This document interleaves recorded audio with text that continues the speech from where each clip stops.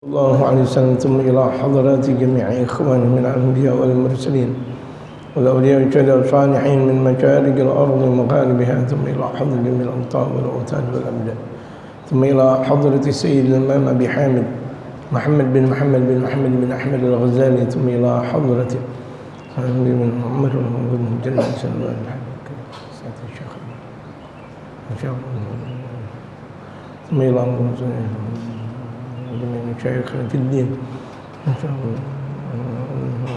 الله يرحمهم ويعلي درجاتهم في الجنة ونعد علينا من بركاتهم وأسرارهم ونفعاتهم في الدين والدنيا والآخرة نوينا تعاون وتعليم والتذكر والتذكير ونفع والانتفاع والإفادة والاستفادة والحث على التمسك بكتاب الله وسنة رسول الله صلى الله عليه وسلم والدعاء إلى الخير والدلالة على الهدى وابتغاء وجه الله تبارك وتعالى إن الله أجلني من الفتن والمحن ما ظهر منها وما بطن أن يجعلنا من الذين يستمعون القول فيتبعون أحسنه إن الله يشفينا شيء ظاهر والباطن يجعلنا المودة والرحمة لنا ولهم برحمتك نستغيث برحمتك الكبرى عند القدسية واشفينا من طول العمل وطاعتك وجعل آخر كلماتنا من الدنيا بلا إله إلا الله محمد رسول الله صلى الله عليه وسلم واجعل نيتنا كما نية الحبيب المصطفى محمد سيدنا الإمام أبي حامد محمد الغزالي سيدنا كما حبيب بن عمر من قدر الجنة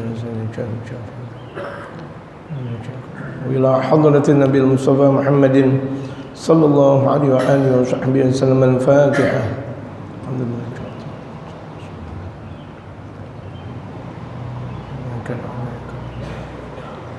صراط الذين أنعمت عليهم بسم الله الرحمن الرحيم الحمد لله رب العالمين والصلاة والسلام على أشرف الأنبياء والمرسلين وعلى آله وصحبه أجمعين أما بعد وقد قال المؤلف رحمه الله تعالى وأدام النفع به وبعلومه في الدارين آمين قال الباب السادس في الغفلة الغفلة تزيد الحسرة الغفلة تزيد النعمة وتحجب عن الخدمة الغفلة تزيد الحسد الغفلة تزيد الملامة والندامة حكي أن بعض الصالحين رأى أستاذه في المنام فسألوه أي الحسرة أعظم عندكم فقال حسرة الغفلة. Pelajaran kita dalam kitab Mukasyafatul Qulub ini, di dalam kitab saya karena memang perbedaan percetakan di halaman 21 bab yang ke-6 berbicara tentang al-ghaflah ay babun fil ghaflati. Asalnya seperti itu. Bab kita berbicara tentang lalai. Lalai. Banyak nih kita lalai. Bahkan terkadang dalam ibadah kita, bahkan termasuk sholat, banyak lalainya. Sebelum kita sholat, kita nggak pernah ingat kunci. Giliran kita sholat, malah yang kita ingat kunci. Yang kita ingat sendal bahkan. Ya Allah, sendal. Ya Allah kunci, ya Allah sesuatu yang hilang atau terlupakan, kenapa pakai di sholat kita baru ingat? Berarti lalai yang seharusnya dia ingatin sholat dong. Gitu. Makanya banyak mereka para ulama mengambil dan mengutip dari sandaran syariat baginda Rasulullah Sallallahu Alaihi Wasallam setelah Al-Quran, yaitu Sunnatul Rasul. Maka baginda Rasulullah selepas salat yang pertama kali beliau ungkapkan, yang pertama kali zikiran itu adalah zikiran istighfar. Astaghfirullahaladzim, Astaghfirullahaladzim, Astaghfirullahaladzim. Enggak satu bahkan, tidak dua juga, bahkan tiga. Astaghfirullahaladzim, Astaghfirullahaladzim, Astaghfirullahaladzim. Itu. Ini karena menandakan bahwa sholat kita banyak lalainya, banyak kurangnya. Al-ghaflatu tuzidul hasrata, lalai itu menambahkan al-hasra, penyesalan. Dia udah banyak nyesal, tapi gara-gara lalai bertambah penyesalan. Di dunia penyesalannya banyak, bertambah di dalam kuburnya sampai bahkan hari kiamatnya. Al-ghaflatu tuzilun ni'mata, bahkan bukan cuma sekadar hari kiamat, bahkan terkadang sampai dia udah masuk ke dalam surganya Allah, dia masih nyesel. Ya Allah, coba hari itu saya ibadah. Ya Allah, coba hari itu saya ikhlas. Ya Allah, coba. Al-ghaflatu tuzilun ni'mata, lalai itu menghilangkan nikmat. Yang harusnya kita dapat nikmat, enggak jadi. Yang Allah Subhanahu wa taala tetapkan kita punya nikmat, enggak jadi. Atau Allah Subhanahu wa taala berikan nikmat yang banyak, tahu-tahu sedikit. Lantaran lalai. Habis sholat bukan dia zikir, apalagi dari sholat subuh berjamaah sampai waktu isyraq. Kalau dia ngaji seperti model sekarang ini, atau dia zikir, dia tidak berbicara tentang dunia, maka dia bakal mendapatkan pahala umrah, haji dan umrah, sempurna. 3 kali sabda Rasul Muhammad sallallahu alaihi wasallam. Jadi apakah layak habis sholat subuh langsung pulang ke rumah, ngopi, ngeteh, atau bahkan tidur? Tidak layak. Sampai isyraq. Selesai isyraq, 2 rakaat dia doa, 2 rakaat dia doa sebagaimana yang telah disabdakan oleh baginda Rasulullah, dia mendapatkan pahala haji dan umrah sempurna. 3 kali Rasulullah bersabda, mengulang kata-kata sempurnanya itu. Taman, sempurna. Dari waktunya subuh sampai isyraq kan enggak jauh-jauh banget, kurang lebih 1 jaman gitu. Bukan 1 zaman, 1 jam gitu. Sedikit kan, bisa lebih bisa kurang. Wa tuhjibu 'anil khidmati, lalai itu bisa menutup khidmah, berbakti kepada Allah. Aturan dia berbakti enggak jadi berbakti.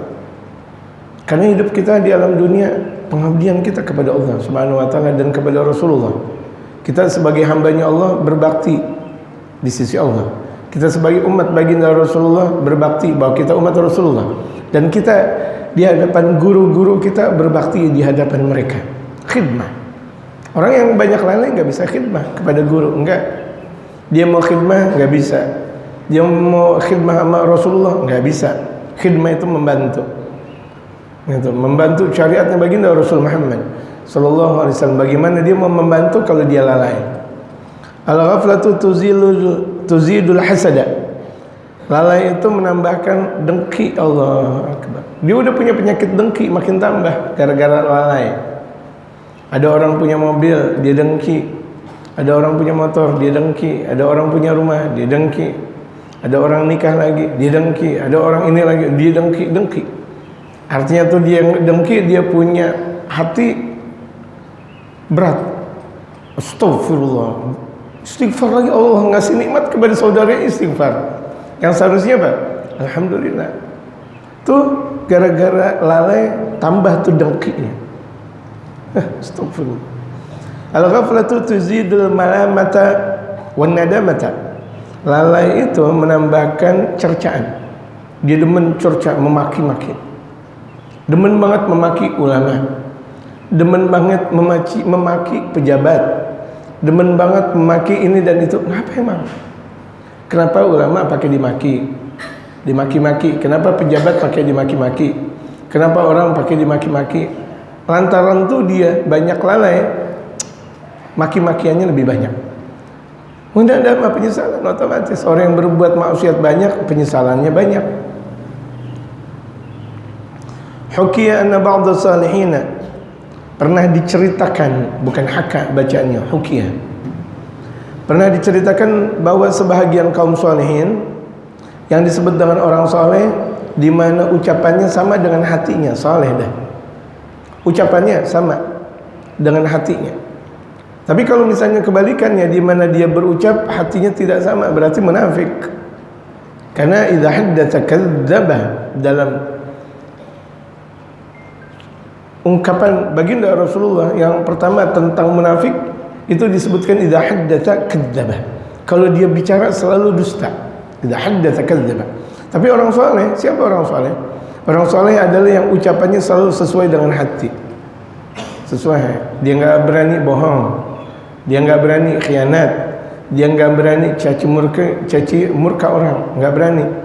Takut dia kepada Allah Subhanahu wa taala. Ra'a ustadahu fil manami, mimpi gurunya. Gitu. Maksudnya melihat yarhamukallah, yarhamukallah, yarhamukallah. Semakin gede berarti yarhamukallah semakin gede. Masya Allah. Ra'a ustadahu fil manami, mimpi. Melihat dalam tidur maksudnya mimpi. Memimpi gurunya. Kalau seorang murid enggak pernah mimpi guru, ada tanda tanya besar.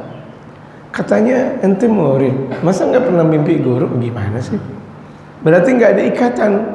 Laisa fihi alaqah, tidak ada dalam hubungan tersebut ikatan antara guru dan murid. Kalau misalnya murid katanya ngaji, enggak pernah mimpi. Katanya dia umat baginda Rasulullah, katanya, tapi enggak pernah mimpi Rasulullah, berarti enggak ada ikatan dengan Rasulullah. Apa? Bukti, mana bukti? Karena cinta itu penuh dengan pembuktian. Ya kan? Cinta penuh bukti. Gitu. Enggak ada bukti, itu omong kosong namanya. Fasalahu, kemudian murid tersebut, orang saleh tersebut bertanya kepada gurunya. Mimpi orang soleh benar. Dalam sabda Rasulullah, ru'yatus salihin sidqun. Mimpinya orang soleh itu sidq, itu benar. Jadi ini orang soleh mimpi gurunya, apa yang ditanya ketika mimpi? Ayyul hasrati a'zamu 'indakum? Penyesalan apa yang paling tinggi di sisi engkau wahai guruku? Fagala, gurunya menjawab, hasratul ghaflah, penyesalan lalai. Dulu di dunia aku makan enggak baca doa. Dulu di dunia lagi mau minum enggak pakai doa. Zikir enggak pakai doa. Melakukan aktivitas ini dan itu enggak pakai doa. Salat enggak khusyuk. Melakukan zikir tidak khusyuk. Nyesel banget sekarang. Di dalam kubur baru terasa menyesalnya, padahal ini seorang alim, seorang guru. Nyeselnya lantaran lalai. Bukan maksiat. Apalagi itu maksiat. Kalau lalai aja penyesalan yang teragung, yang terbesar, bagaimana maksiat? Allahu Akbar. Maksiat, melakukan dosa-dosa, apalagi dosa-dosa besar. Wa ruwiya anna ba'dahum ra'a dhannunil misri fi manami.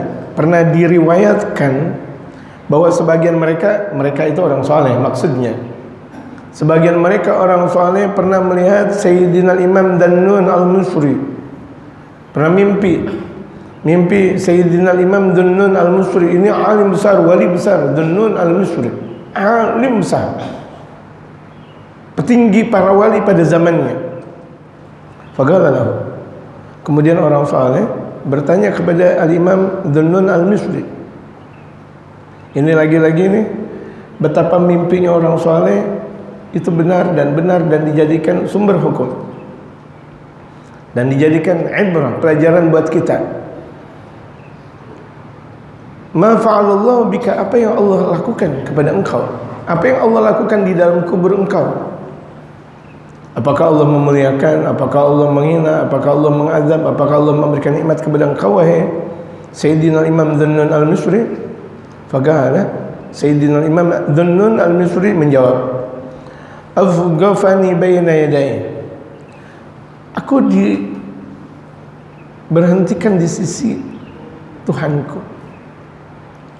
Aku dihadapkan di sisi Tuhanku, di hadapan Allah.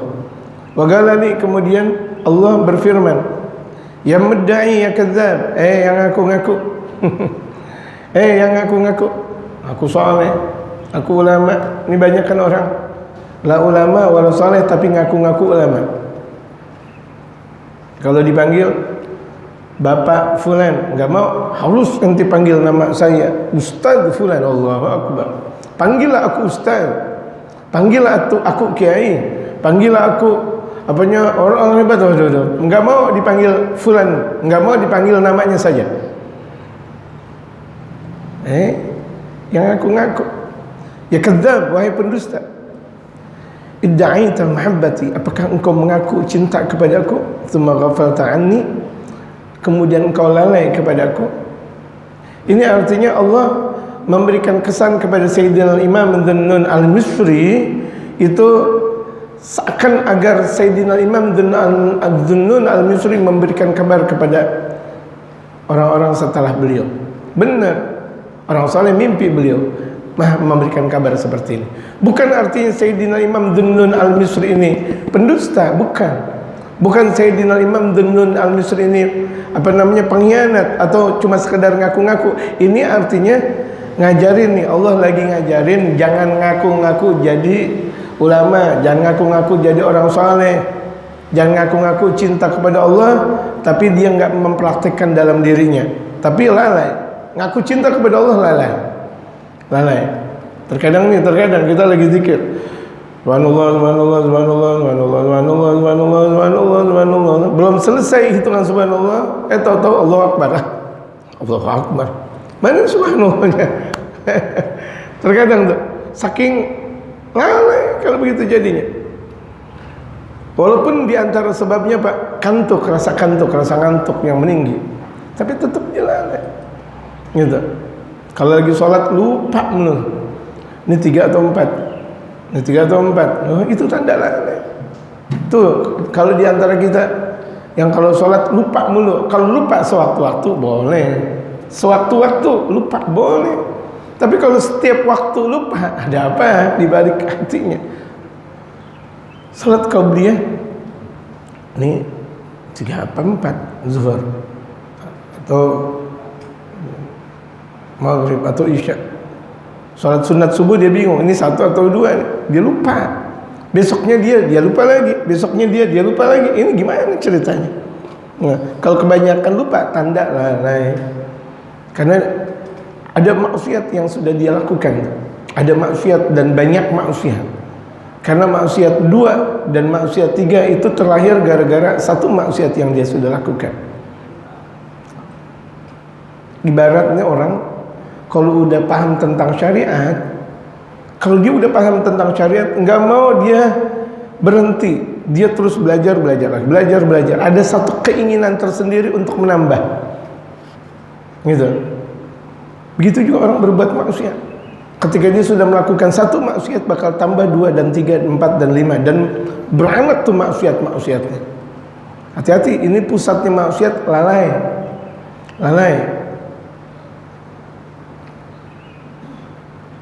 Waruya anna ba'dahum, itu sudah jawab.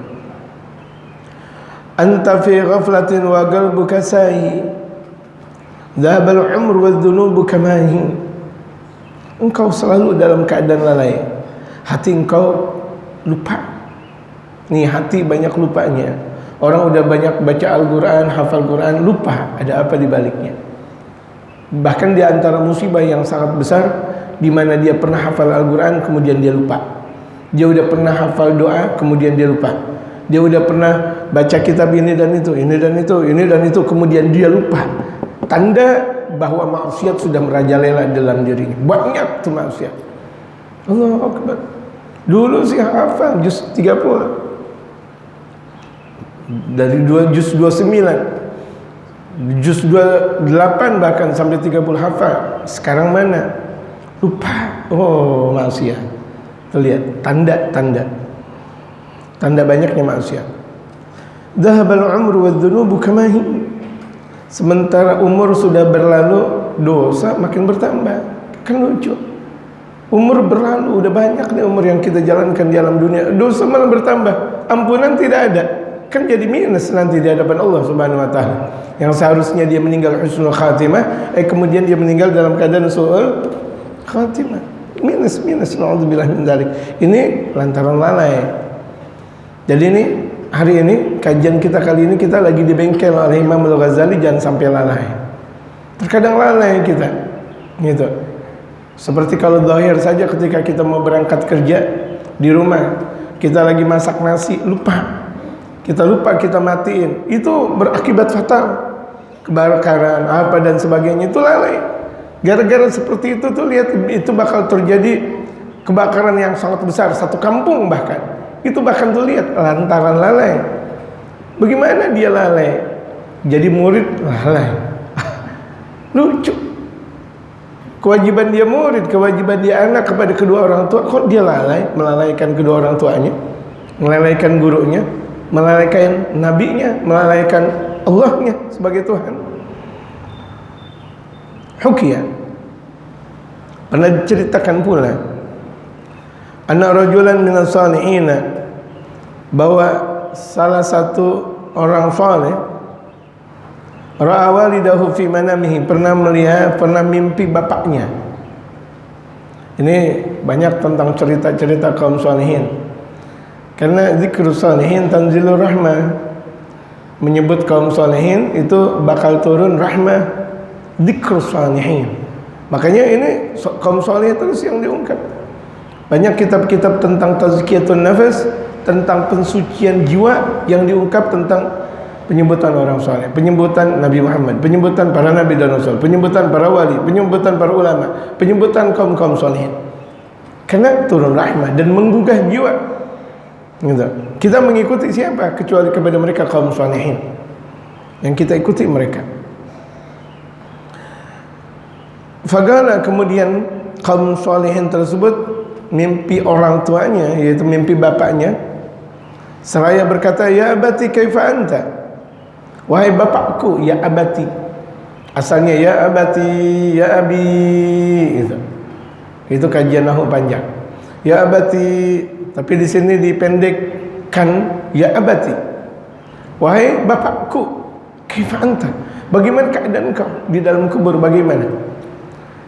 Kita, orang tua kita udah meninggal lama, nggak pernah mimpi. Berarti nggak ada hubungan lagi antara kita dengan kedua orang tua kita atau orang tua kita yang sudah meninggal dunia. Katanya cinta, saya cinta sama bapak saya cinta sama orang-orang tua saya yang sudah meninggal dunia. Ada hubungannya nggak? Ada, mimpi nggak? Nggak tahu keadaannya. Orang tuanya dalam keadaan nikmatnya Allah di dalam kubur atau dalam keadaan azab, dia nggak tahu. Allahu Akbar. Ini lalai kebanyakan kita nih. Lalai. Udah kita banyak lalai ketika orang tua masih hidup. Orang tua udah meninggal dunia pun kita melalaikan tugas kita sebagai anak. Kan nggak pernah tahu, banyak orang nggak tahu orang tuanya dalam nikmat kubur atau azab kubur. Orang tuanya udah diampunin oleh Allah atau tidak. Ini orang soleh tahu keadaan orang tuanya yang sudah meninggal dunia. Ya abati kaifa anta, wahai bapakku, bagaimana keadaan kau? Artinya bukan keadaan kau apakah kau sehat, orang udah meninggal. Artinya bagaimana keadaan kau di dalam kubur? Wa kaifa haluka, dan bagaimana keadaan kau? Fagala, kemudian sang bapak menjawab, ya waladi, wahai anakku. Orang saleh, walaupun dia saleh, seseorang walaupun dia saleh, walaupun dia hebat, tetap di hadapan orang tuanya adalah anak. Enggak orang tua mengatakan wahai orang saleh, tidak, tetap jawabnya wahai anakku. Artinya tuh kita kenapa merasa congkak, merasa sombong di hadapan orang tua? Apakah kita sudah merasa bahwa kita alim, merasa bahwa diri kita hebat, merasa bahwa kita tinggi, sementara orang tua kita rendahkan? Padahal Allah Subhanahu wa taala berfirman, waqfid janahad dhulli minar rahmah wa qur rabbi rahamhuma kama rabbayani saghira. Ya waladi, wahai anakku, aishna fid dunya ghafilina wa bitna ghafilin. Kami di dunia penuh dengan kelalaian, selalu dalam keadaan lalai. Akhirnya kami meninggal dalam keadaan lalai. Nah, bapak lalai di dunia, meninggal pula lalai. Tuh lihat, ini anaknya adalah orang saleh, tetap bapaknya bisa juga lalai. Bagaimana kalau anaknya tidak saleh? Penyesalan yang tiada tara nih jamaah sekalian. Penyesalan ada di akhir, bukan ada di hadapan, bukan ada di depan. Wa fi Zahri Riyadh, di dalam kitab Zahri Riyadh, wa kana Ya'qub alaihi salam muakhiyan li malakil maut. Dan adalah Nabi Allah Ya'qub alaihi salatu wassalam itu beliau mempunyai hubungan persaudaraan, mempunyai hubungan pertemanan dengan malaikat kematian. Allahu Akbar. Saking hebatnya Nabi Allah Ya'qub, malaikat kematian temennya, temen ngobrol. Kalau kira-kira kita kedatangan malaikat kematian, temen ngobrol kita gimana jemaah? Serem. Aduh, mana anta? Siapa engkau? Anak Malikul Maut, aku adalah malaikat kematian. Gimana? Serem. Aduh. Tapi ini malaikat Zabaniyah, malaikat Azrail alaihi salatu wassalam, itu temannya Nabi Allah Ya'qub. Gimana nih? Ini teman kan nggak ada teman makan teman, bukan teman namanya. Kan? Al-mu'minu lahu ikhwatun katsira. Orang mukmin dia mempunyai teman banyak. Orang mukmin ngaku jadi mukmin, temannya banyak. Di masjid banyak, di mushola banyak, di majelis ta'lim banyak, di jalanan banyak, di rumah banyak, di tetangga banyak, di tempat kerjaan banyak. Di mana saja dia berada, dia punya banyak teman. Sampai malaikat Israel temannya Nabi Allah Ya'qub. Qala lahu Ya'qub fazarahu. Kemudian satu waktu malaikat Azrail berkunjung kepada Nabi Allah Ya'qub, silaturahim. Assalamualaikum. Waalaikumsalam. Wa qala lahu Ya'qub, kemudian Nabi Allah Ya'qub bertanya, kan setelah banyak bagaimana keadaan, sehat, masya Allah, enggak dia siapin makanan karena malaikat enggak makan, enggak disiapin minuman karena malaikat tidak minum. La yanamu wa la yashrab wa la yanam wa la yakul wa la yashrab wa la yanam. Malaikat itu enggak makan, enggak minum dan tidak tidur. Ngobrol santai. Gimana Ya'qub? Sehat. Antum gimana? Alhamdulillah. Ini malaikat. Aku mau nanya. Ya malakal mauti. Wahai malaikat kematian, wahai malaikat Israel. Israel.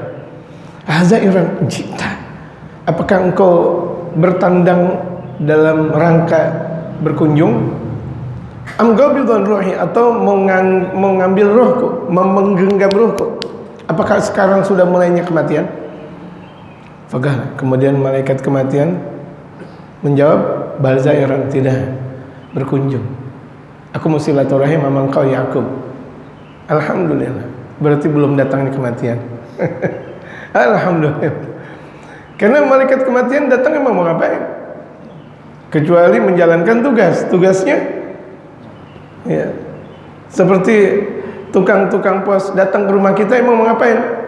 Assalamualaikum pos. Atau zaman sekarang kita paket. Beduk-beduk subuh udah ada paket. Allah lagi zikir asik, paket. Tok. Assalamualaikum paket. Sampai tengah malam terkadang paket juga. Ini lucu. Ini tukang paket ketelatan. Emang ngapain tukang paket ke rumah kita kecuali untuk ngirimin paket? Malaikat Israel juga. Emang mau ngapain ke rumah kita atau mau ngapain ke kita kecuali ngapain? Ngambil roh. Nabi Allah Ya'qub mumpung ada temennya itu malaikat kematian nanya, fa ini as'aluka hajatan. Ya malaikat, wahai temanku, ini aku mau nanya satu kebutuhan.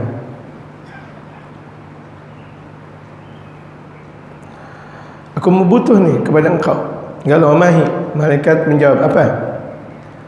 Gala antu'alimani, bukan antu'alimani. Idza dana ajali.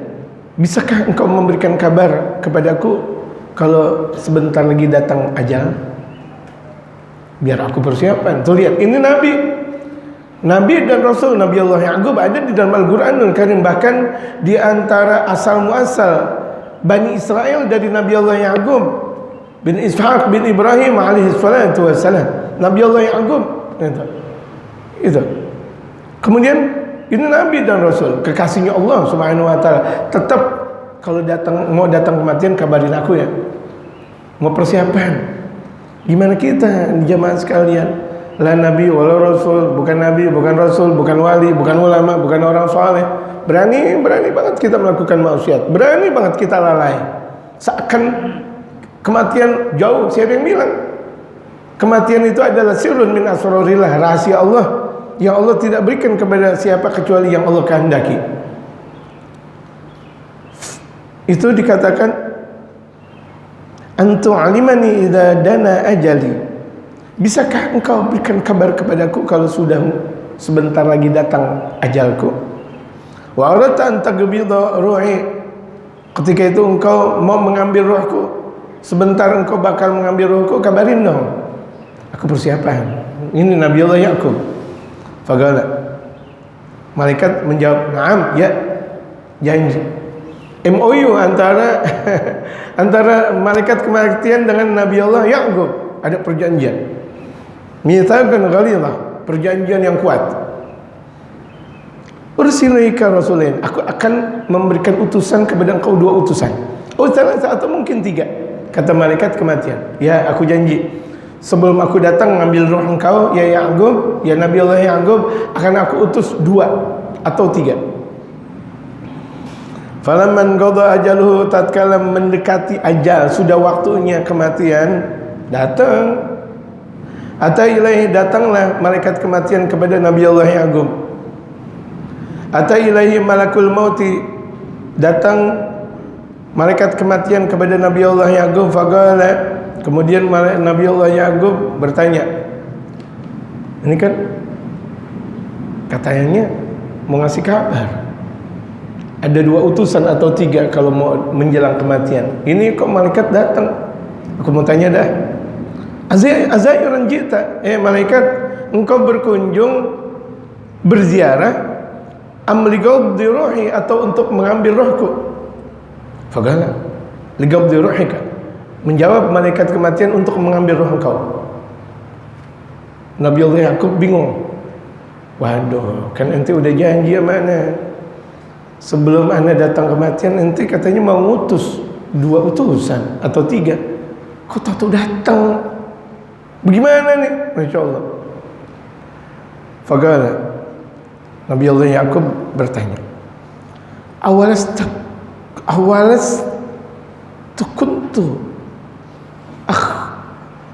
takunta akhbartani annaka tursilu ilayya rasulaini. Awalas takunta akhbartani annaka tursilu ilayya rasulaini. Bukankah engkau sudah berjanji engkau akan mengabari kepadaku dan engkau bakal mengutus 2 utusan atau 3 utusan sebelum datangnya kematianku? Atau 3 atau 3? Qad fa'altu, aku lakukan udah. Kata malaikat kematian, udah, ya Nabi Allah Yaqub, udah aku utus kepada engkau 2. Sudah. Tercengang Nabi Allah Yaqub, apa? Enggak ada yang datang. Enggak ada yang ngabarin kepada aku. Qad fa'altu, kata malaikat, sudah aku lakukan. Tuh lihat. Dan ini kelihatannya khitab kepada Nabi Allah Yaqub, benar secara langsung dari malaikat kematian, tapi pelajaran besar pula buat kita. Apakah kita sudah datang nih 2 tanda atau tidak? Lihat. Bayadu sya'rika ba'da sawadihi, memutihnya rambut engkau setelah menghitam. Rambut engkau dulu hitam, sekarang memutih. Mau memutih sedikit atau banyak? Wa dha'afa bayadu sya'rika ba'da sawadihi, hitam, putih rambut engkau setelah menghitam. Wa dha'fu badanika,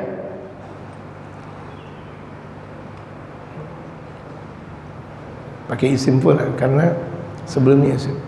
Wa dha'fu badanika ba'da quwwatihi, melemahnya badan kau setelah kuat. Lihat, udah ada tanda. Dulu rambut engkau hitam, sekarang udah memutih. Badan kau tadinya kuat, jadi lemes, udah banyak lemahnya. Wa na'ina'u jismika, dan semakin lemahnya jasad engkau ba'da istiqamati, setelah kuatnya, hadhihi rusuli, ini utusanku. Ini utusanku, aku yang udah kirim kepada engkau. 3 itu. Ya Ya'qub, wahai Ya'qub, ila bani Adam qablal maut, bahkan aku ini udah utus umumnya kepada anak Adam dengan 3 utusan ini. Melemahnya badan, memutihnya rambut yang tadinya hitam, melemahnya badan. Ini hina jismik, ini hina itu artinya sudah banyak melemahnya. Kalau tadi lemah saja, yang kedua, yang ketiga makin banyak lemahnya, makin tidak berdaya. Itu kan tanda.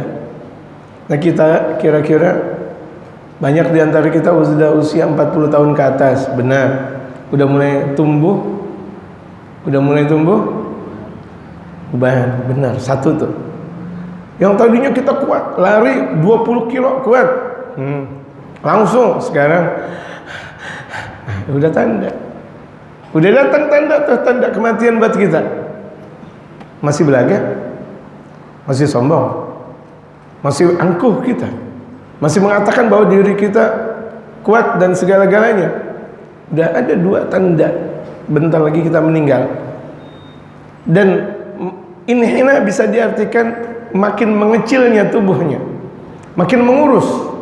Tadinya gemuknya luar biasa, dari usia 20, 30 tahun gemuk, mulai usia 50 mengecil.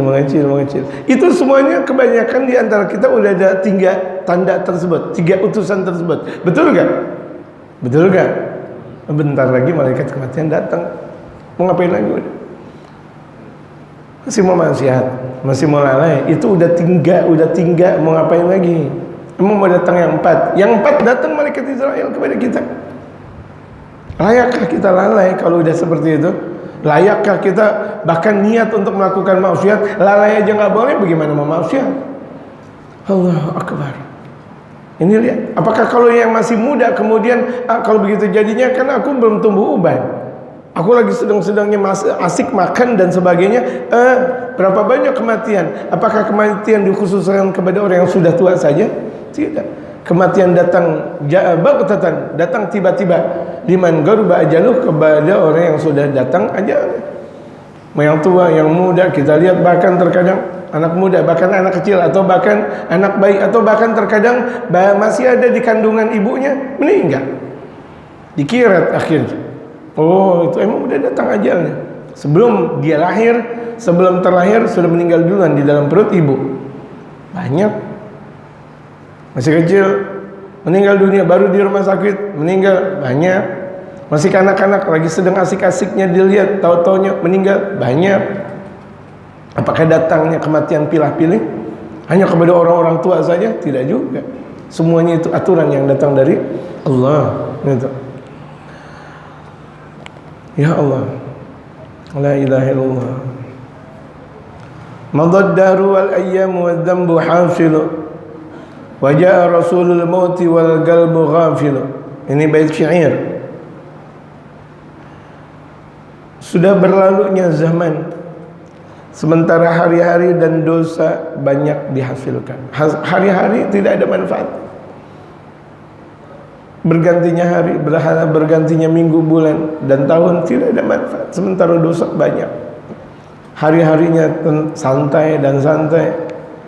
La ibadah, wala ngaji, wala apa, semuanya santai dia hidupnya. Kebanyakan santai, lupa diri, lalai.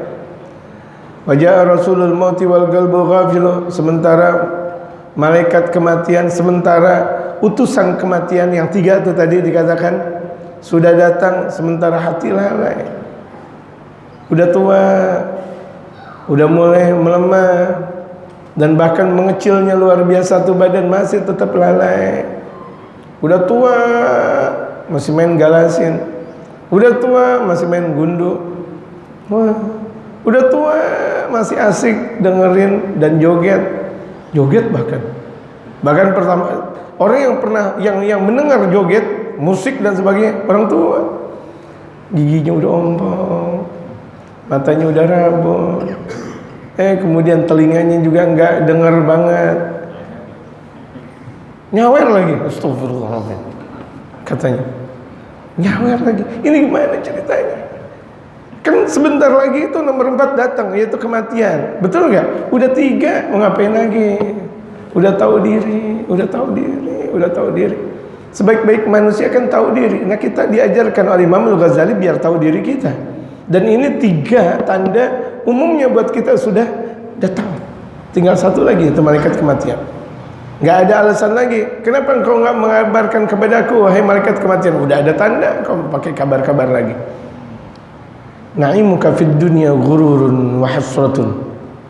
Berapa banyak kenikmatan di dunia itu merupakan sebuah tipuan dan penyesalan. Kita dapat nikmat sehat, malah penyesalan yang besar. Nikmatnya kita dapat sehat bukan untuk ibadah, tapi malah maksiat. Nikmat panjang umur bukan untuk ibadah, tapi maksiat. Nikmat kita bisa berkata-kata, bisa hadir di majlis, tapi kita tidak pernah mau hadir. Pendengaran kita masih lengkap untuk mendengarkan pengajian, tapi nggak pernah mau mendengarkan kewajiban kita sebagai seorang muslim, yaitu hadir di dalam majlis pengajian.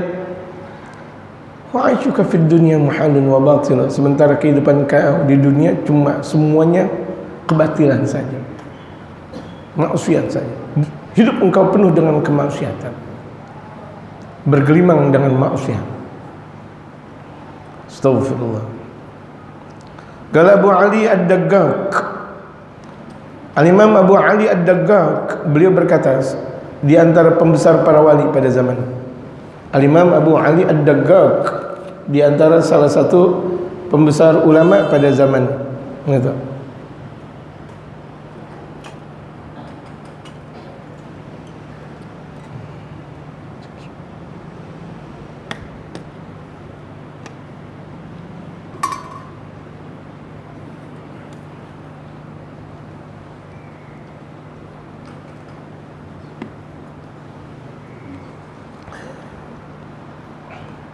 Dakhaltu ala rajulin salihin a'udu.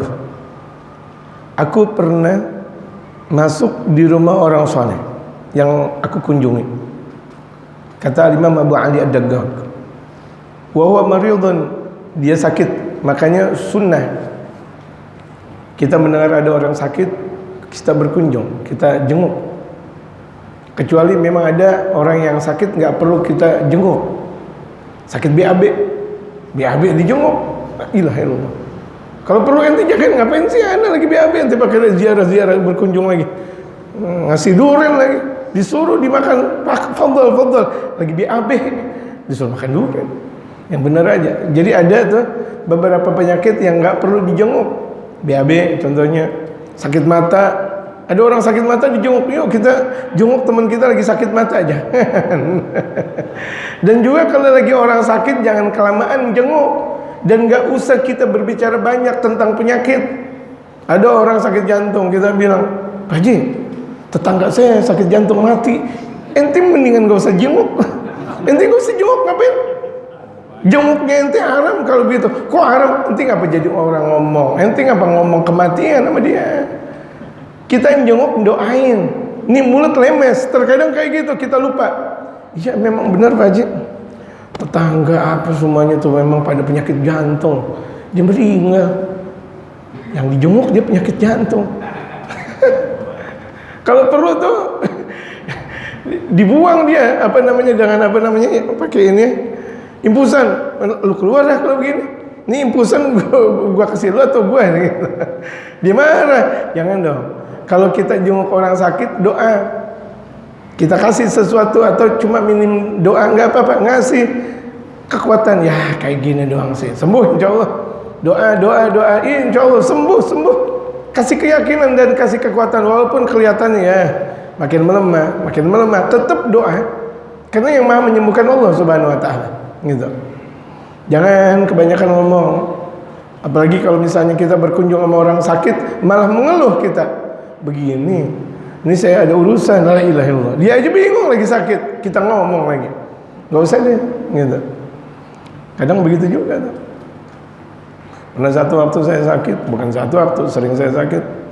Benar-benar Saya lagi sakit, lagi benar-benar orang ngeluh. Aduh, ini lagi demam, lagi sakit. Saya lagi ngerasain ya Allah melintir. Dia ngomong, dia nanya permasalahan dalam hati. Nanti tahu gak anda lagi sakit? Gitu. Dalam hati, tapi nggak enak ngomong. Iya deh, iya. Tetap kita ngasih jalan keluar juga, nggak tegaan. Gitu. Nah kita nih jangan begitu lagi udah. Jangan begitu. Kalau misalnya ada orang sakit udah cukup doa. Assalamualaikum, waalaikumsalam, gimana sehat? Baca doa 5 menit. Kalau perlu 10 menit udah langsung pulang. Enggak pakai lama-lama lagi. Udah langsung pulang doa. Udah. Jangan banyak-banyak, apalagi di rumah sakit.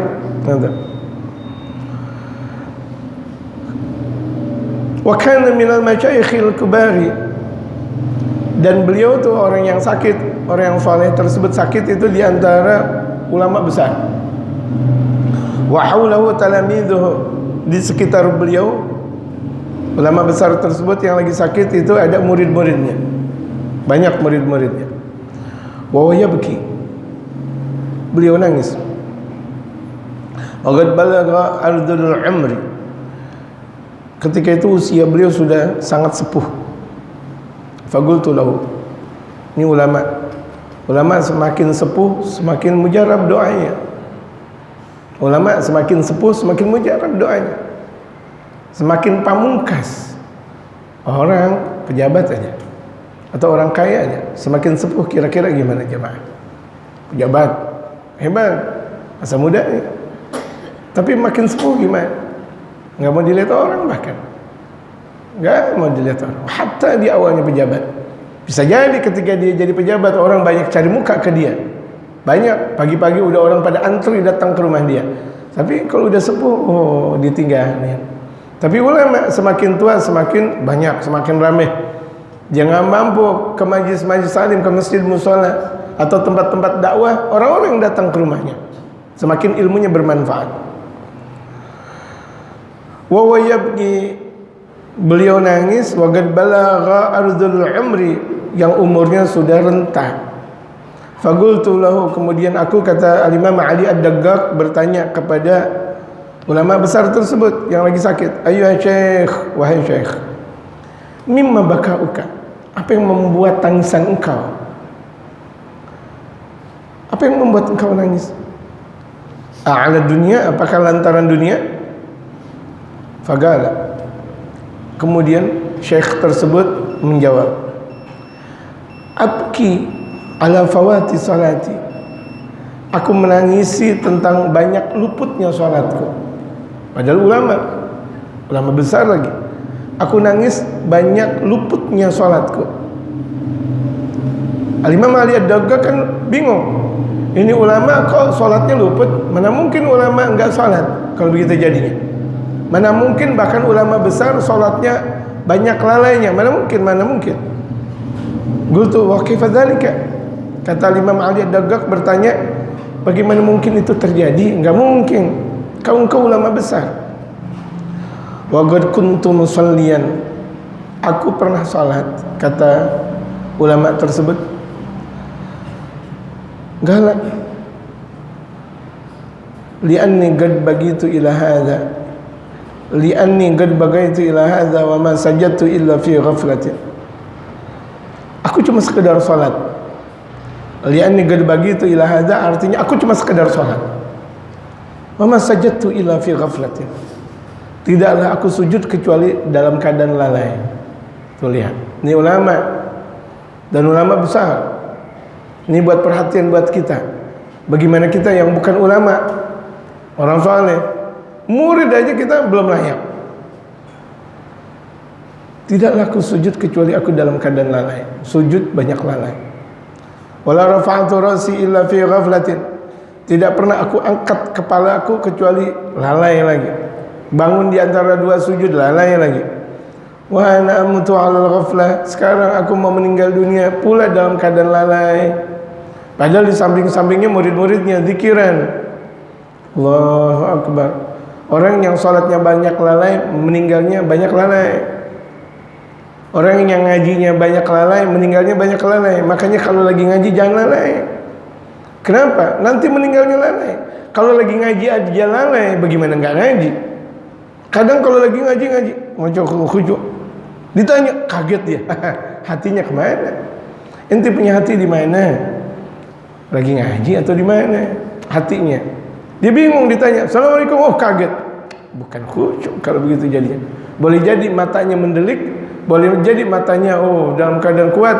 Yang dia pikir bukan ngaji, yang dipikir bukan pengajian dan sebagainya, tapi yang di luar sana. Itu lihat. Kalau orang yang ngaji lalai meninggal dalam keadaan lalai, kalau begitu nggak usah ngaji, apalagi. Kalau begitu jadi nggak usah ngaji deh.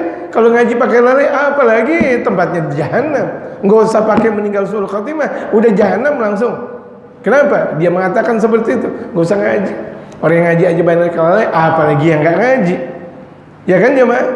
Kalau orang ngaji masih banyak lalai, bagaimana yang nggak ngaji? Yang nggak mungkin khusyuk. Kan tempatnya khusyuk dan alat untuk jadi khusyuk gara-gara banyak ngaji. Gara-gara banyak ngaji. Apakah orang yang tidak ngaji bakal khusyuk? Nggak pernah ada dan tidak akan ada. Orang yang nggak pernah ngaji, nggak pernah zikir, kemudian saya khusyuk banget nih zikir, nggak ada, bohong. Kenapa? Orang nggak tahu tentang ngaji kok khusyuk, nggak tahu tentang hakikat khusyuk kok khusyuk, bohong, kedam dia, pendusta. Mudah, yang ini namanya ngada-ngada, namanya ngaku-ngaku. Tidak ada yang seperti itu. Banyak orang kan yang penting saya di rumah, sholat di rumah, kan Allah maha mengabulkan. Bagaimana mau Allah kabulin kalau yang tidak sesuai dengan syariat Allah? Syarat baginda Rasul Muhammad SAW, bagaimana mau Allah kabulin? Gak bisa, ya kan? Gak mungkin. Ini kan syariat Allah Subhanahu Wa Taala. Menjelang kita malam 1 Rajab, di mana Allah memandang kita di malam awal Rajab, tanggal 2 Februari besok ya? 2 Februari besok, malam 1 Rajab, jangan berbuat maksiat. Lihat-lihat tanggalan lagi. Saya takut khilaf, saya takut lupa. Gitu. Apakah malam 1 Rajab, malam 2 Februari besok atau berapa? Itu lihat. Itu malamnya, malam 1 Rajab kita beribadah dengan banyaknya. Bahkan Al-Imam Al-Habib Alwi bin Syahabuddin Al-Akbar, beliau mengatakan berapa banyak para ulama-ulama saleh menghendaki meninggalnya di tanggal 1 Rajab. Habib Alwi bin Abdullah bin Syahabuddin, kakek dari saya punya guru Al-Imam Abdullah bin Muhammad bin Ali bin Syahab Ainul Tarim. Saya punya guru Al-Habib Abdullah bin Syahab Ainul Tarim. Bapaknya Al-Habib Muhammad bin Ali bin Syahab Ainul Tarim. Kakeknya Al-Habib Ali bin Syahab, tiga-tiganya semuanya Ainul Tarim. Allah, Ainul Tarim semuanya, dari kakek sampai anak sampai cucu. Dan cucunya itu Al-Imam Habib Abdullah bin Muhammad bin Ali bin Syahabuddin. Itu hampir di setiap hari Kamis, di hari di mana saya libur di Darul Mustafa ketika saya masih belajar di Tarim, Darul Mustafa di Dirasatil Islamiyah, saya ngaji setiap seminggu sekali di Al-Imam Al-Habib Abdullah bin Syahabuddin Akbar. Gitu. 100%-nya saya ngaji, 99% jalan kaki. Hampir tidak pernah naik mobil. Gitu. Jalan kaki. Ngaji, Masya Allah. Dan itu Al-Imam Habib Alwi mengatakan, wa kam minas salihin yatamannawna. Berapa banyak mereka kaum salihin mengharap meninggalnya mereka di tanggal 1 Rajab. Tapi ini buat kita, kan kita belum salihin. Jemaah, kita belum salihin, belum. Minta panjang umur, biar amal ibadah kita banyak kan? Bukan untuk biar dunia kita banyak, enggak. Biar ibadah kita banyak, amal ibadah kita banyak lagi untuk bisa dakwah, untuk bisa ngaji yang banyak lagi. Kita nggak bisa dakwah sana dan sini, udah ngaji, udah kita enak, kita nggak ngikut guru nih. Bagusnya memang kita ikut guru ngaji sana dan sini. Nggak bisa, ya udah, guru udah datang ke majelis, ke masjid, mushola. Jangan sampai guru udah datang kita nggak datang, kasihan. Dan itu namanya nanti khawatir, bahkan termasuk dalam keadaan ghaflah. Orang yang ghaflah berarti meninggalnya naudzubillah min dzalik pula dalam keadaan lalai. Ini baru diucapkan. Itu ulama. Gitu. Itu ulama jemaah sekalian. Jadi malam 1 Rajab penuh dengan ibadah. Berapa banyak orang berada bahkan di Tarim Hadramaut kalau udah memasuki 1 Rajab baca maulid. Baca maulid. Gitu. Pengagungan kepada baginda Rasul Muhammad sallallahu alaihi wasallam. Rajab syahrullah. Rajab itu adalah bulannya Allah yang ngomong la yantiqu 'anil hawa in huwa illa wahyu yuha, yang tidak pernah bertutur kata kecuali itu wahyu yang datang dari Allah. Rajab syahrullah, Rajab bulan Allah. Mulai banyak kita perbanyak istighfar. Makanya di bulan Rajab ada istighfar Rajab. Astaghfirullahaladzim, astaghfirullahaladzim, astaghfirullahaladzim, astaghfirullahaladzim. Perbanyak tuh bulan istighfar. Nangis, banyak taubat. Maksimalnya kita di bulan Rajab bakal menghasilkan di bulan Sya'ban. Maksimalnya kita di bulan Sya'ban bakal menghasilkan di bulan Ramadan. Gitu. Kalau kita di awal Rajab kita dipandang oleh Allah, ini di awal Rajab kita udah istighfar, masuk menjelang maghrib di waktu awal Rajab, misalnya dari mulai zuhurnya kita siap-siap sedekah apa semuanya, ngaji, niat mau ngaji, nggak pernah putus ngaji, niat mau zikir, niat mau tahajud, mau melakukan kebaikan, sedekah di sana dan sini, mau tobat kepada Allah.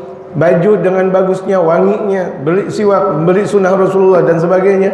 Kemudian masuk asar, dia udah berada dalam pangkuan Allah, zikir banyak. Kemudian maghrib tiba, dia baca maulid Nabi. Walaupun itu ada bulan istighfar, karena kebanyakan mereka para ulama menyambut Rajab dengan maulid Nabi SAW. Yang menghasilkan kita untuk dekat kepada Allah adalah Nabi Muhammad. Tidak ada yang lain, yaitu Nabi Muhammad. Maulid. Ya Rabbi salli ala Muhammad, Ya Rabbi salli alaihi wasallim. Subuhnya lagi gitu. Kalau di Tarim Hadramaut di awal Rajab dengan penuh semarak maulid Nabi. Subuhnya lagi maulid Nabi, siangnya lagi maulid Nabi, malam berikutnya lagi maulid Nabi. Bergemuruh maulid Nabi sallallahu alaihi wasallam di Tarim Hadramaut. Yang mudah-mudahan Indonesia tarimnya kedua, amin. Tarimnya kedua. Berapa banyak di Indonesia kaum salihin, para aulia Allah, mereka banyak keturunan baginda Rasulullah di Indonesia. Wallahu a'lam.